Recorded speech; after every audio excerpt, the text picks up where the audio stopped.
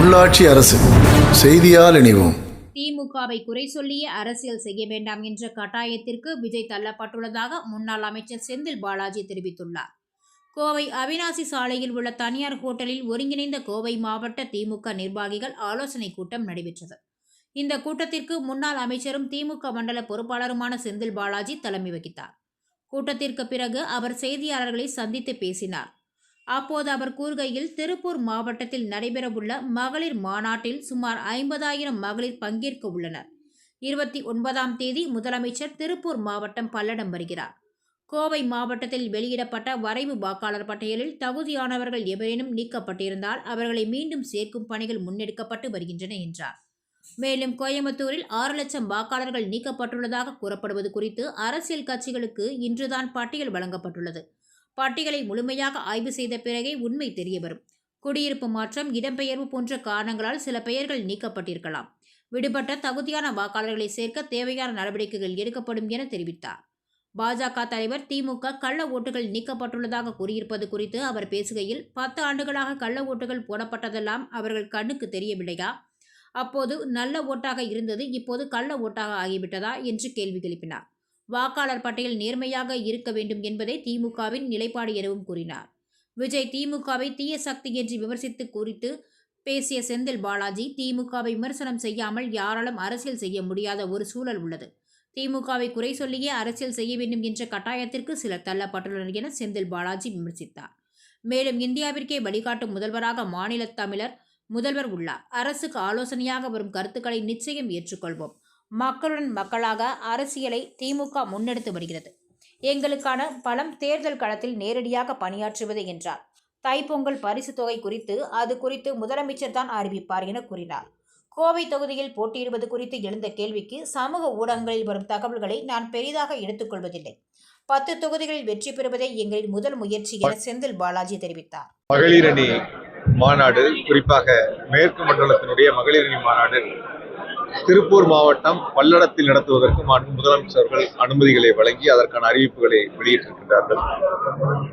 அதற்கான முன்னேற்பாடுகள் குறித்த கூட்டம் இன்று கோவை ஒருங்கிணைந்த மாவட்டத்தினுடைய பகுதி, நகர, ஒன்றிய, பேரூர் கழக செயலருடைய ஆலோசனை கூட்டம் மிக சிறப்பாக நடந்து முடிந்திருக்கின்றன. கோவை மாவட்டத்திலிருந்து 10 சட்டமன்ற தொகுதியிலிருந்தும் திருப்பூர் மாவட்டம் பல்லடத்தில் மாண்புமிகு முதலமைச்சர், கழகத்தினுடைய தலைவர் மாண்புமிகு தளபதி அவர்கள் எழுச்சுரையாற்றுகின்ற அந்த சிறப்புமிகு மாநாட்டில் கோவை மாவட்டத்திலிருந்து 50,000 மகளிர் அந்த மாநாட்டில் பங்கு வருவதற்கான ஏற்பாடுகள் குறித்து விரிவாக ஆலோசனை செய்யப்பட்டுள்ளது. வருகின்ற 29ஆம் தேதி நடைபெறுகின்ற அந்த மகளிர் அணி மாநாட்டில் கோவை மாவட்டத்திலிருந்து 50,000 மகளிர் பங்கு பெறுகின்றார்கள் என்பதை மகிழ்ச்சியான செய்தி இந்த நேரத்தில் உங்களோடு பகிர்ந்து கொண்டு அதற்கான ஏற்பாடுகளை முன்னெடுத்திருக்கின்றோம். இந்த எஸ்ஐஆர் வாக்காளர் பட்டியலுடைய வரைவு வாக்காளர் பட்டியல் நேற்று வெளியிடப்பட்டது. இன்று அரசியல் கட்சிகளுக்கு வழங்கப்பட்டதில் அந்தந்த பகுதி, நகர, ஒன்றிய, பேரூர் கழக செயலகத்தில் அந்த வாக்காளர் பட்டியல் இப்போது நாங்கள் பிரித்து வழங்கி வருகின்றோம். அந்த பட்டியலை பார்த்த பிறகு தகுதியான வாக்காளர்கள் யாரேனும் விடுபட்டிருக்கின்றார்களா, தகுதியில்லாத வாக்காளர்கள் யாரேனும் அந்த வாக்காளர் பட்டியலில் இடம்பெற்றிருக்கிறதா என்பதை பூத்து வாரியாக அதை ஆராய்ந்து ஆய்வு செய்து அதன் பிறகு அதற்கான ஆட்சேபனைகளை சம்பந்தப்பட்ட தேர்தல் அதிகாரிடத்தில் கொடுப்பதற்கான பணிகளை இப்பொழுது நாங்கள் முன்னெடுத்திருக்கின்றோம். அதைத்தான் எங்களுடைய கழகத் தலைவர் அவர்களும் அறிவுறுத்தி இருக்கின்றார்கள். எனவே முதலமைச்சருடைய வழிகாட்டுதலின்படி இந்த வாக்காளர் பட்டியலுக்கான பணிகளையும் இப்பொழுது முன்னெடுத்திருக்கின்றோம். 2 பணிகளுக்காக இப்பொழுது இந்த ஆலோசனை கூட்டம் நடந்து முடிந்திருக்கிறது. நேற்று பட்டியல் ரிலீஸ் பண்ணாங்க. நீங்க எல்லாம் இருக்கும்போது இன்னைக்குதான் அரசியல் கட்சிகளுக்கு பட்டியலை கொடுத்துக்கிட்டு இருக்காங்க. அதனால இப்பவுமே முழுசா இன்னும் 10 தொகுதிகளுக்கான பட்டியல் கொடுக்கல, 8 தான் கொடுத்துருக்காங்க. இந்த பட்டியலை பார்த்த பிறகுதான் தெரியும் யார் யார் வாக்காளர் பட்டியலில் விடுபட்டிருக்கு.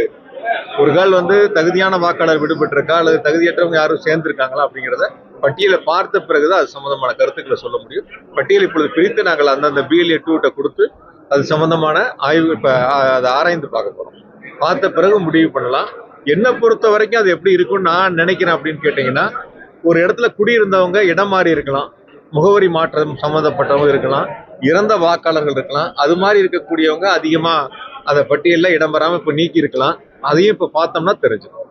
இப்ப இந்த பட்டியலை பார்த்துட்டு யாரெல்லாம் விடுபட்டிருக்காங்கிறத பார்த்த பிறகு அதுக்கப்புறம் புதிய படிவங்கள் கொடுத்து சேர்ப்பதற்கான முயற்சிகளை நாங்கள் முன்னெடுப்போம். சட்டமன்ற தேர்தல் 2021 இருக்கட்டும் அல்லது 24 நாடாளுமன்ற தேர்தல் இருக்கட்டும், எவ்வளவு வாக்கு சதவீதம் பதிவாச்சு அப்படிங்கிறது நீங்க கவனத்தில் எடுத்துக்க.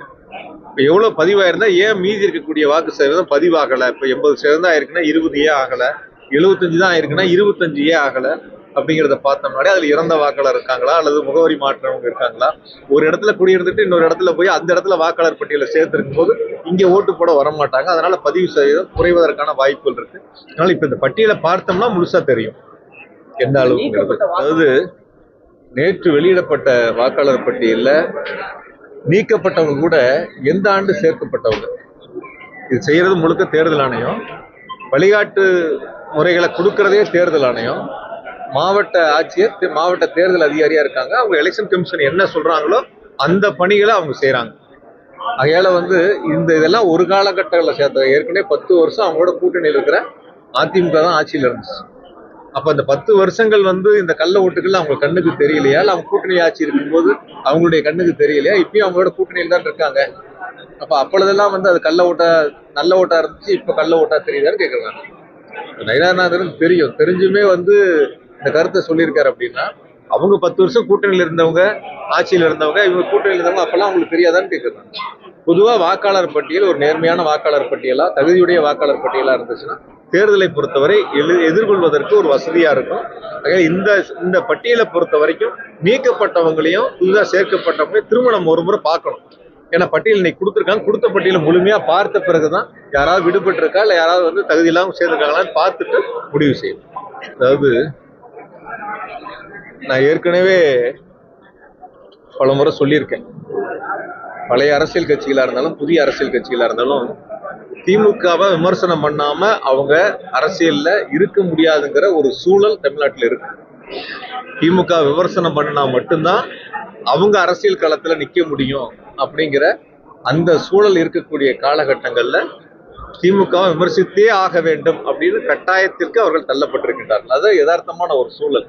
எந்த கட்சியா இருக்கட்டும், நேரடியா பிஜேபியா இருக்கட்டும், அதிமுகவா இருக்கட்டும், இல்ல புதிய கட்சிகளா இருக்கட்டும், யார் எடுத்தாலும் அவங்க சொல்ற ஒரே கருத்து திமுக திமுக திமுக. ஆக மக்களிடத்தில் ஒரு வலுவான இயக்கமாக, ஒரு நல்லரசு நடத்தக்கூடிய ஒரு சிறப்புமிக்க முதலமைச்சராக, இந்தியாவிற்கு வழிகாட்டக்கூடிய ஒரு முதலமைச்சராக மாண்புமிகு தளபதி அவர்கள் நல்ல ஆட்சியை கொடுத்துக்கிட்டு இருக்காங்க. அதனால யாருடைய விமர்சனங்களை பத்தியும் நாங்க காது கொடுத்து கேட்க வேண்டிய அவசியம் இல்லை.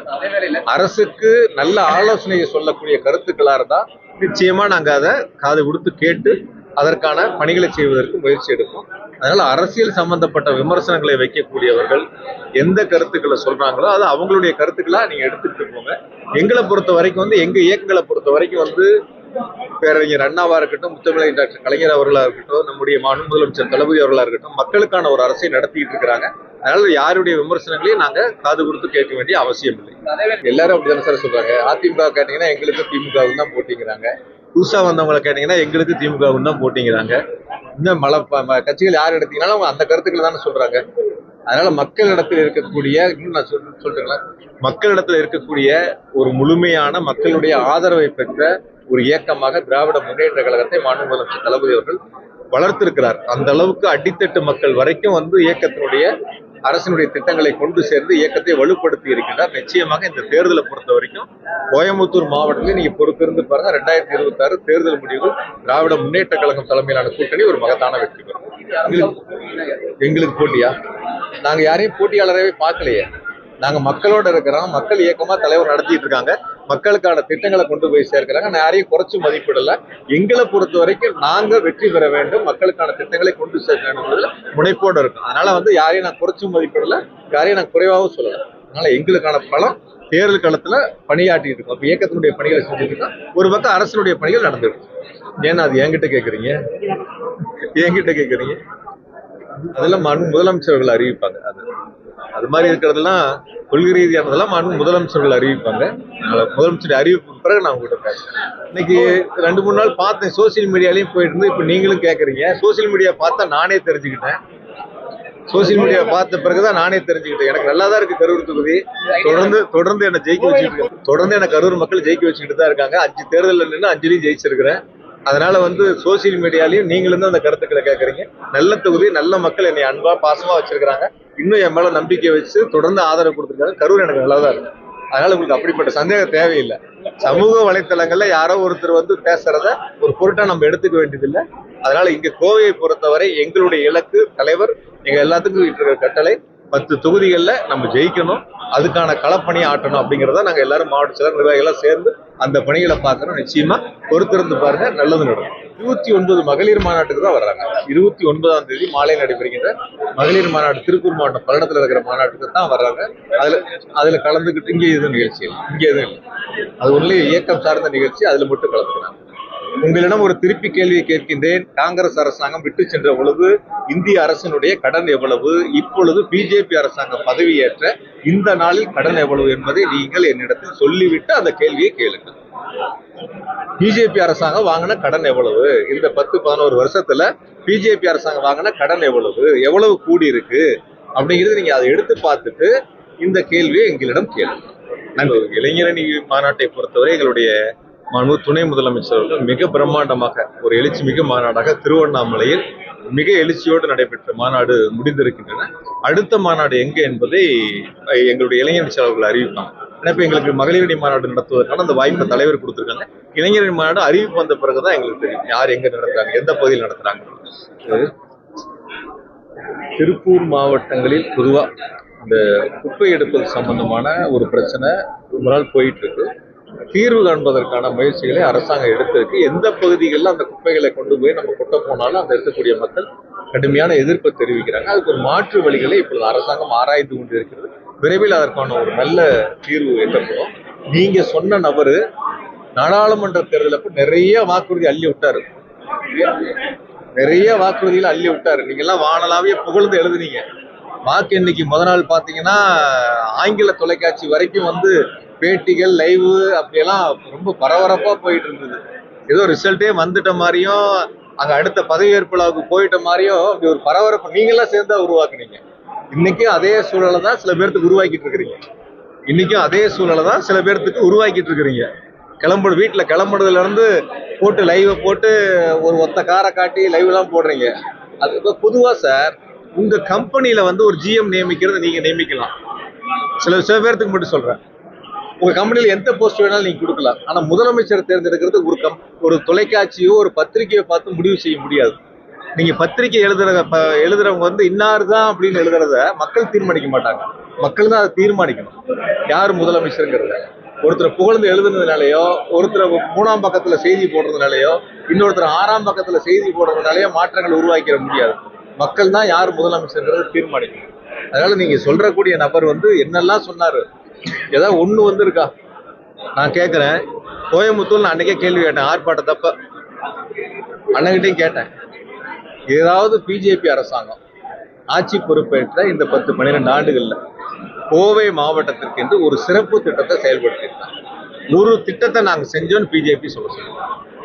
அதுக்கு பிறகு நாங்க பட்டியல் போடுறோம் என்னென்னலாம் மாநில அரசாங்கம் மாநில நிதிகளை கொண்டு நாங்க இங்க செயல்படுத்தி இருக்கிறோம், எந்த அளவிற்கு கோவை வளர்ச்சி அடைஞ்சிருக்குங்கிறத நாங்க சொல்றோம்.